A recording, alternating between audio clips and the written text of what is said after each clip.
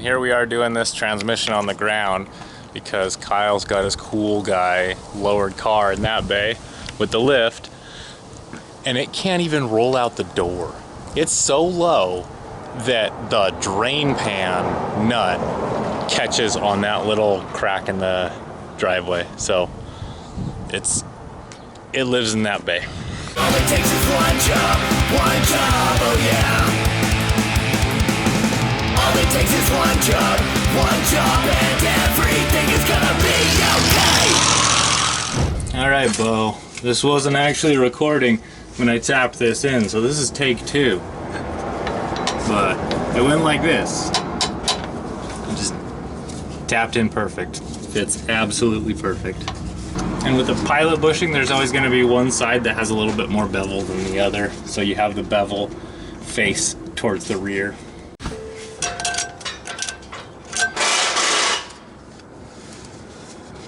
Some people disagree on red Loctite. They say, oh, you're going to need to have a torch to get that off. And some people say never to use it. Some people always use it. But I've learned that on the clutch, I always want to have it on there.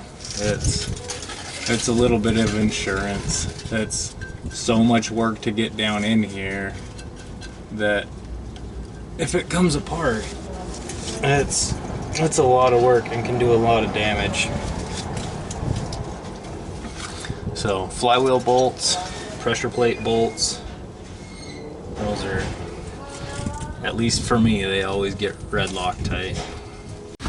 Okay, we've got the floater plate bolted in now, and it basically has, these straps are made out of layers of thinner steel, and so it allows some flex right there.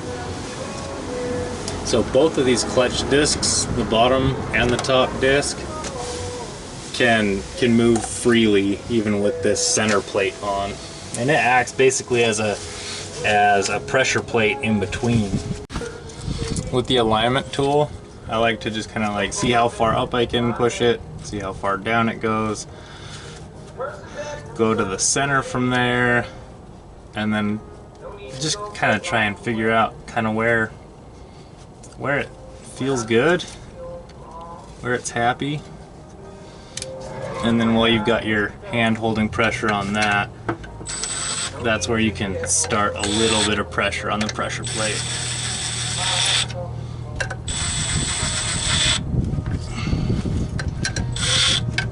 But you have to work your way around, because as this clamps down, it's loading up this diaphragm. So if you run one side down all the way, it'll just pull it off. So get it started, make sure the alignment tool can come out nice and easy. If you don't do this step well, you're gonna have a hard time getting the trans in. To me, it feels like there's just a little bit more drag than I want. So I'm gonna probably try and get that clutch disc up just a hair. Oh yeah, that's the stuff. That's perfect.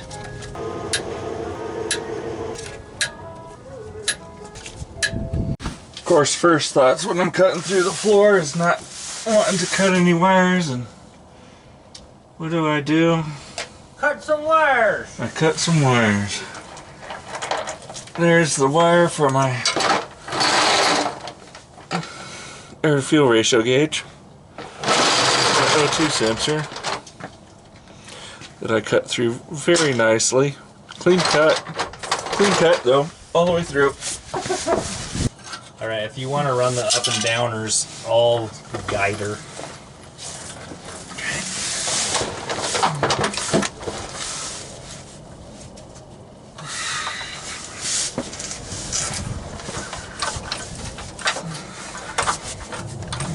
I don't know if I've ever put a transmission in the daylight. It's always Why is it always dark? It's always... This is way later than we planned. This did not go well.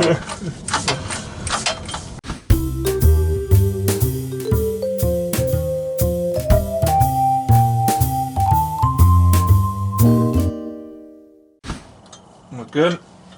Yeah. Do you put the exhaust in before the cross member? Or does it matter? Yeah, the exhaust has to go first. Okay.